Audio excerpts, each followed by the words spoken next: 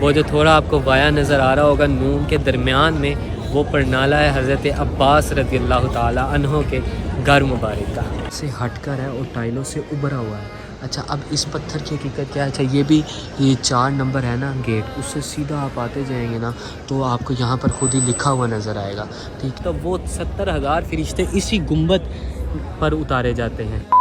تو اب ہم جا رہے ہیں حضور علیہ الصلوۃ والسلام کی بارگاہ میں حاضر ہونے لگے ہیں، انہیں سلام عرض کرنے کے لیے جا رہے ہیں۔ جس سمت میں حضور علیہ الصلوۃ والسلام کا چہرہ مبارک ہے اس جگہ جا رہے ہیں حضور کو سلام عرض کرنے کے لیے، حضور کی بارگاہ میں حاضر ہونے کے لیے۔ دوستو یہ اتنے قریب سے گنبد خضرا کو دیکھنے کا موقع ملا ہے، سبحان اللہ۔ حضور علیہ السلام کی بارگاہ میں حاضر ہونے لگے۔ ابھی آپ نے بس یہ دیکھیں، یہ جو نون لکھا ہوا ہے نا جس میں یہ وایا آیا ہوا ہے،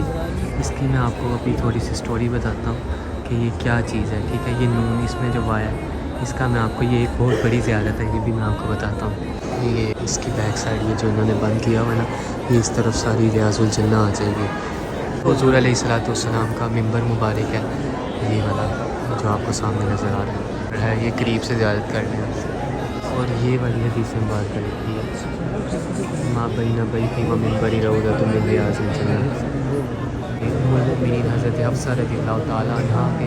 حجرہ مبارک کی کھڑکی، یہ کیمرے کے بالکل پیچھے جو کھڑکی نظر آ رہی ہے اس کی سٹوری کی میں آپ کو بتاؤں گا، اس کا جو پورا واقعہ ہے وہ بھی بتاؤں گا۔ جالیوں کے پاس جا رہے ہیں، ان میں سے جو پہلی 2 جالیاں ہوں گی نا وہ بالکل خالی ہیں، اس میں کچھ بھی نہیں ہے، اور اس سے اگلی جو 3 ہے نا، پہلی میں حضور علیہ السلام، پھر حضرت ابوبکر صدیق رضی اللہ تعالیٰ عنہ، اور پھر حضرت عمر فاروق رضی اللہ تعالیٰ عنہ، اور ساتھ ساتھ نام بھی مینشن ہے اوپر۔ السلام علیکم یا رسول اللہ، السلام علیکم یا نبی اللہ، السلام علیکم یا رسول اللہ، السلام علیکم یا ابوبکر صدیق رضی اللہ تعالیٰ عنہ،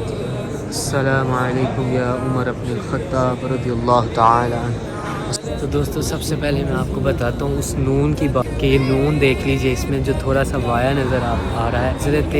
عباس رضی اللہ تعالیٰ عنہ جو کہ حضور علیہ السلام کے چچا ہیں،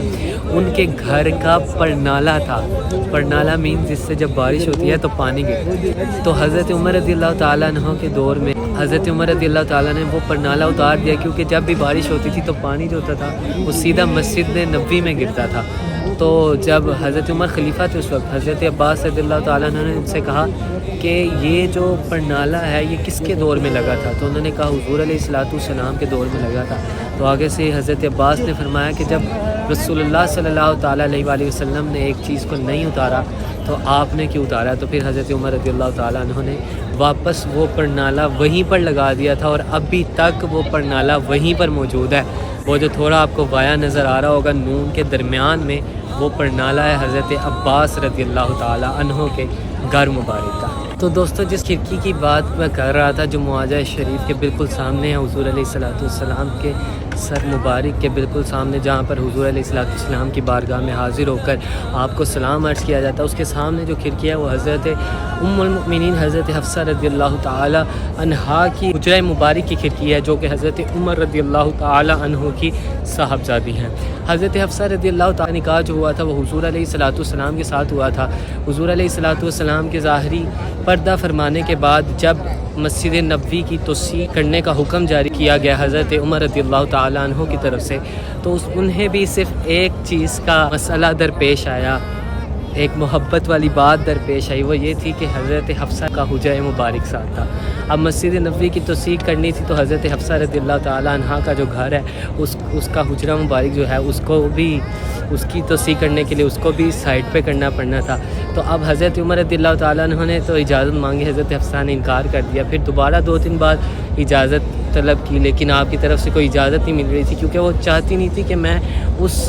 کہ میں اپنا دروازہ کھولوں تو حضور کی زیارت ہوتی تھی انہیں، تو وہ کہتی تھی کہ میں ایسا نہیں کر سکتی۔ پھر تمام بڑی صحابیات حضرت عائشہ اور بقیہ تمام جو صحابیات تھیں وہ پھر حاضر ہوئیں حضرت حفصہ کے پاس، اور انہیں کہا کہ آپ جگہ دے دیجئے اپنی، لیکن حضرت حفصہ نے کہا کہ میں ایک شرط پہ دوں گی کہ یہ جو میرے گھر کی کھڑکی ہے نا، یہ کبھی بھی، حجرے کی جو کھڑکی ہے یہ کبھی بھی نہ بند ہو۔ پھر حضرت عمر رضی اللہ تعالیٰ عنہ کے ساتھ آپ کا یہی طے پایا کہ کبھی بھی یہ کھڑکی بند نہ ہو۔ آج تقریباً 1400 سال ہو گئے ہیں ابھی تک وہ کھڑکی ویسے کی ویسے ہی کھلی ہوئی ہے، وہ کھڑکی بند نہیں ہوئی۔ ایک خاتون کا اپنے والد کے ساتھ کیا ہوا وہ وعدہ ہے جو آج تک چلتا آ رہا ہے، جو آج تک نبھایا جا رہا ہے۔ اور میں آپ کو ایک اور بات بتاتا چلوں، یہاں سے اگر آپ کو روضہ رسول کے بالکل ساتھ یہ چھوٹا سا اگر گنبد نظر آ رہا ہو بالکل ساتھ رائٹ سائڈ پہ، تو یہی وہ حضرت حفصہ رضی اللہ تعالیٰ کے گھر کے حجرہ مبارک کے اوپر جو ہے یہ گنبد بنا ہوا ہے۔ اور آپ نے جو یہ بات سنی ہے کہ 70,000 فرشتے صبح اور 70,000 شام کو حضور علیہ الصلوۃ والسلام کی بارگاہ میں حاضر ہو کر درود و سلام پڑھتے ہیں، تو وہ 70,000 فرشتے اسی گنبد پر اتارے جاتے ہیں۔ حضرت حفصہ کا کتنا مقام ہے کہ ایک تو ان کی جو حجرہ مبارک ہے اس میں 70,000 فرشتے صبح شام آ رہے ہیں حضور کی بارگاہ میں سلام عرض کرنے کے لیے، اور ان کے گھر کی ایک کھڑکی جو ابھی تک کھلی ہوئی ہے۔ اس کے علاوہ اور بھی مسجد کے اندر زیارات ہے جو میں ابھی آپ کو کرواتا ہوں۔ مسجد کے اندر کی زیارت ہے، یہ ہے گیٹ نمبر 4۔ جیسے گیٹ نمبر 4 سے آپ اندر آئیں گے، یہاں پر یہ چھتریاں لگی ہوئی ہیں اور یہ سامنے ہی روضہ رسول صلی اللہ تعالیٰ علیہ وآلہ وسلم ہے۔ یہ روضہ رسول کے بالکل نیچے اس طرف جہاں پہ حضرت ابوبکر صدیق رضی اللہ تعالیٰ عنہ کا نام لکھا ہے، اس کے نیچے آپ کو ایک ایگزاسٹ فین نظر آ رہا ہوگا، یہ کھڑکی ٹائپ جو آپ کو نظر آ رہی ہے، یہ حجرہ مبارک کا حضرت صفیہ رضی اللہ تعالیٰ، یہ بھی ام المؤمنین تھی، تمام مومنین کی ماں ہے حضرت صفیہ رضی اللہ تعالیٰ۔ جو دوسری جگہ آپ کو یہ جو ایگزاسٹ فین نظر آ رہا ہے، یہ کھڑکی نظر آ رہی ہے حضرت عمر کے نام کے بالکل نیچے، تو یہ حضرت ام حبیبہ رضی اللہ تعالیٰ عنہا کا حجرہ مبارک تھا۔ تو یہ جو آپ کو جو پتھر نظر آ رہا ہے یہ تھوڑا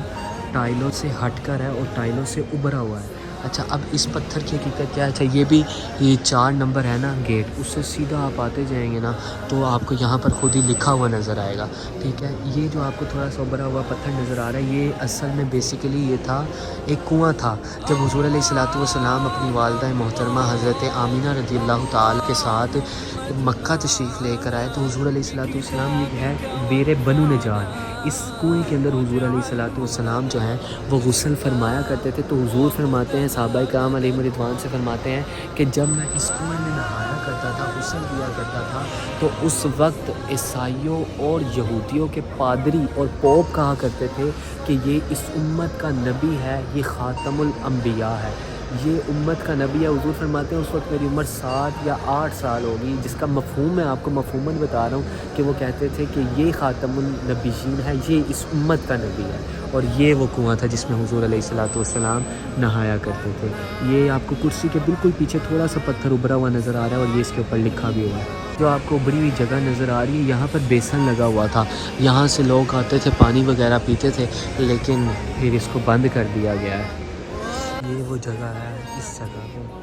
یہ آپ گیٹ نمبر 4 جس مرضی سے انٹر ہوں، پہلے 2 چھوڑ کے تیسرا اور یہ چوتھا، یہ وہ جگہ ہے جہاں پر حضور علیہ الصلوۃ والسلام کے والد صاحب حضرت عبداللہ رضی اللہ تعالیٰ عنہ کی قبر مبارک تھی۔ جب مسجد کی توسیع کی گئی تو اس وقت اس جگہ سے حضور علیہ الصلوۃ والسلام کے والد صاحب کے جسم مبارک کو نکالا گیا، تو وہ اسی حال میں تر و تازہ تھا۔